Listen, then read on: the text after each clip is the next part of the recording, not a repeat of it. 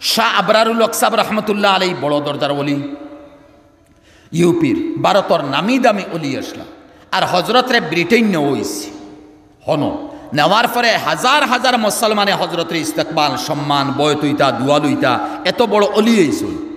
আর নিচে তাকি উফরে যাইতা 7 নম্বর বা 8 নম্বর ফ্লোরও, তখন তো লিফট আছে, লিফটও উঠিতার লগে কিছু হনর মন্ত্রী মিনিস্টার বা তারা এরা আইসন ঘর মুসলমান পাস্টর বড় পাস্টর দেখা হল। হজরত অন যাইতে সময় লিফটও উঠিতা, তখন বড় একজন মুসলমান এই উঠিয়া বলে হজরত লিফট পে ছড়িয়ে লিফটও উঠোকা।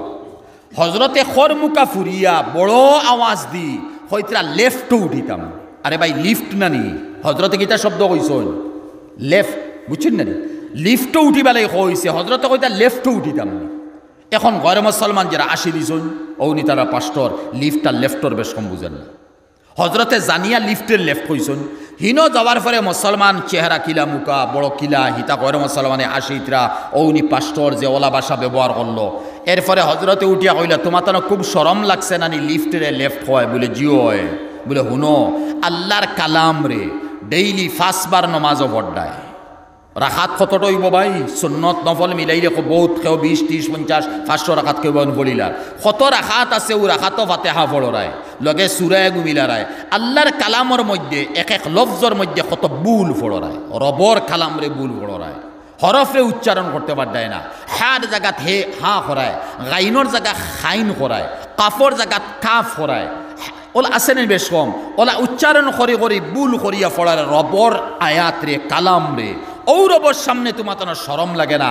আর দুনিয়ার নন মুসলমানের লিফট রে লেফট কইলিছে, ওখানে তোমার লাজ লাগিয়ে গেছে? ও সারা মাথা তুলে দিস কিতাব ভাই।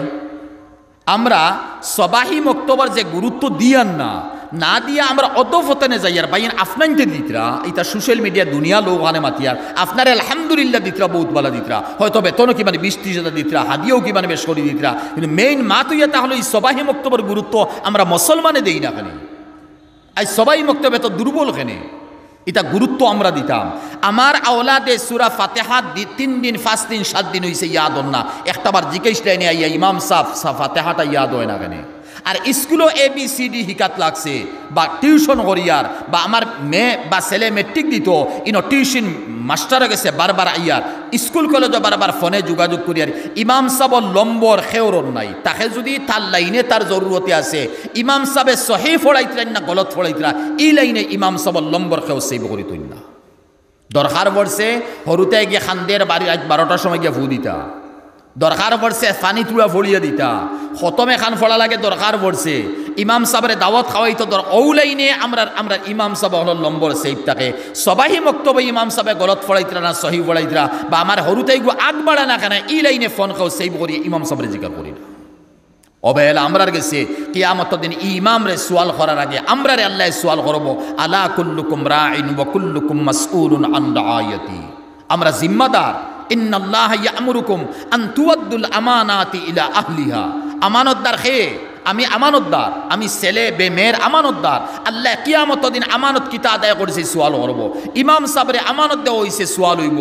ইমাম সাহেবের রাখা হয়েছে তান তনখা লাগে 30,000 20,000, তান ফ্যামিলি অতখান খরচ লাগে, আমি 7,000 দিয়া তুইছি, তো ইমামে গলত ফড়াইবা, নমাজের মধ্যে বুল লাগবো, সইদা আইব, কিরাত চালি দিবা, 4 রাখা তো 3 রাখাত ফড়ি লিবা, ইমাম সাহেবে গলত ফড়ি দিবা, তান তো মাথা পরিশান, জেহেন পরিশান। এর লাগি নবাবর এরিয়াত নবাব মুতওয়াল্লি আর ইমাম সাহেবে নমাজও একবুল করি লিছন, সইদা দিলেইছন, নবাব সাহেব গড়ো আইছন। আর হৌ জমানাত যে সময় ইমাম সাহেবের বেতন মানে 4 আনা 8 আনা 10,000 টাকা তৈলি দিয়া নবাব সাহেবে কইছন যাও ইমাম সাহেবরে নিয়ে দিয়ে 10,000 টাকা। ইমাম সাহেব আজিব, আমার জীবনে আমার খানদানে 10,000 টাকা কেউ দেখছে না। আর লগালগ নবাব সাহেব লগে যোগাযোগ করে কইসলা, সাহেব আপনি 10,000 টাকা তৈলি আমারে দিলা কেন? বলে নমাজও আজকে তোমার ওয়াজিব একটা সুরসিল সইদা দিসলাই, আমি বুঝি লেছি তোমার কোনো পরিশানি আছে, এর লাগে আমি তোমার অফার দিলাম, অগুন তুমি নাও। খান্দি ইমাম সাহেব কইসলা 3 দিন থাকি ফ্যামিলি আমার ওয়াইফ বিছনাত ফিট, পয়সা নাই, ডাক্তার কবিরাজের গেছে লইয়া যাইতাম, ও আল্লাহর ফজল আপনি দেওয়ার কারণে ও পয়সা লইয়া হাসাও আমার নমাজও টেনশন আইছিল, এর লাগে ওয়াজিব ছুটিছে সইদা দেওয়া লাগছে। ইতা পরিশানি খেয়ে দেখবো, ইতা পরিশানি খেয়ে দেখবো। এর লাগি ভাইয়াইন ও যে সূরা ফাতিহা আমরা নমাজও পড়ি, এক বালা তালিম ইয়াফতা এক ইমাম তো আলহামদুলিল্লাহ সারা বালা, আমরা তনখা বালা মতে দিয়েছি, আর ইমাম সাহেব সূরা ফাতিহা বালা মতে পড়াইবা, উচ্চারণ সহি হইতো, আর সূরা ফাতিহা তুলা তর্জমা হইয়ে দিবা। তখন নামাজও খাড়া হওয়ার পরে এক সূরা এক আয়াতর যদি তর্জমা আমার জানা থাকে পড়িতে মজা লাগবে, ইয়াদ রাখবা, পড়িতে কিতা লাগবো, মজা লাগবো, বালা লাগবো। দিয়ান সুবহান রাব্বিয়াল আযীম ওগুর তর্জমা আমরা জানি না, সুবহান রাব্বিয়াল আলা ওগুর তর্জমা, আর ইংলিশ ফর দেখাইয়া ঘন্টাকে ঘন্টা ইংরেজি কথা হনেওয়ালা আমরার মানুষ আছেন। আমরা নজওয়ান যুবক যুবতী ছেলে মেয়ে এরা ইংরেজিতে আধা ঘন্টা 1 ঘন্টা 10 মিনিট মাত মারতে পারবা, ফরফরিয়ে মাত চলের। আর আল্লাহর কালাম যেখান 3 সোয়াল 3 জবাব ও কালাম থাকি, ওখান তালিম হইতো, ওখান শিক্ষা লইতাম, আর দিনই তালিম লইতাম। তখন তো কবর যাবার পরে 3 সোয়ালের জবাব আসান হইব। হিনো যাবার পরে আপনার ইংরেজি চলতো না, হিনো ইঞ্জিনিয়ারিং আপনি ডিগ্রি লইছেন সার্টিফিকেট দিলে হইতো না, সার্টিফিকেট লাগবো মোহাম্মদী তরিকার সার্টিফিকেট। এর লাগি ভাই আমরা সূরা ফাতিহা সবে নমাজও পড়ি, তর্জমা জানি না, ওই তো ফড়িয়ার সূরা ফাতিহা পড়িয়া যাই। আর আল্লাহ পাকে সূরা ফাতিহা যেগু এক হাদিস হইছে, মেরাজ নবীজি যাওয়ার পরে হন তাকে হাদিয়া দিছেন একটা, আর কইতাম নি হাদিয়া শুন নমাজ মো শুননানি না না, সূরা ফাতিহা দিছইন, নমাজ দিছইন, আমানার রসুল আখেরি সূরা বকরার 2 আয়াত আল্লাহ দিছইন, আরো কয়েকটা লম্বা সময় হইল কইম। ও সারা হাদিয়া আল্লাহ পাকে দিছইন নবীজিরে, এর লাগি সূরা ফাতিহা খালি জমিনও নাজিল হইছে ইলা নাই, সূরা ফাতিহা মেরাজ যাবার পরে আল্লাহ পাকে হাদিয়াও দিছ। এত গুরুত্ব সূরা। লা সলাতা ইল্লা বিফাতিহাতিল কিতাব, সূরা ফাতিহা নাই নমাজ নাই, সূরা ফাতিহা পড়া লাগবে, নমাজ ওয়াজিব, সূরা ফাতিহা নমাজ ওয়াজিব। এই সূরা ফাতিহার মধ্যে আল্লাহ কিতা তৈছদ, এর লাগি সারা কুরআনে করিম 114 সূরা, এই সমস্ত 114 সূরাতে এই ফাতিহা হরাউকা 113 সূরা, সূরা ফাতিহার তাফসীর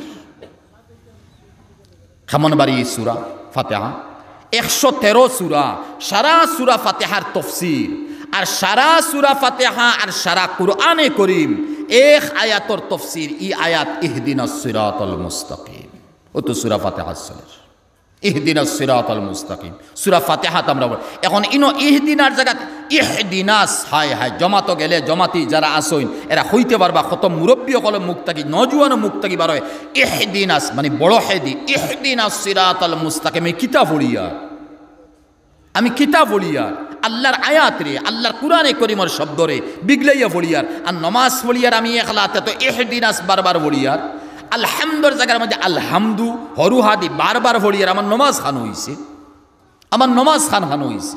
এর লাগি ভাইয়াইন গুরুত্ব সবাই মক্তবর বেশ করি দোকা, মা বাপে বেশ করি সবাই মক্তবর গুরুত্ব দেওয়া। ইমাম সাহেবের বেতন যদি 8,000 হয় আমি 20,000 দিমু, আর না 8,000 কমিটি দিছে তা হোক, আমি কত দিমু? ইমাম সাহেব আমার তরফ থেকে মাসও 300 দিমু, ইমাম সাহেব আমার তরফ থেকে 200 দিমু, ইমাম সাহেব আমার তরফ থেকে 500 দিমু, আমার হরুতা গুনতে বালা মতো গড়িতে ইমাম সাহেব খুশিতরা আপনারই গুনতের ফড়াইতরা।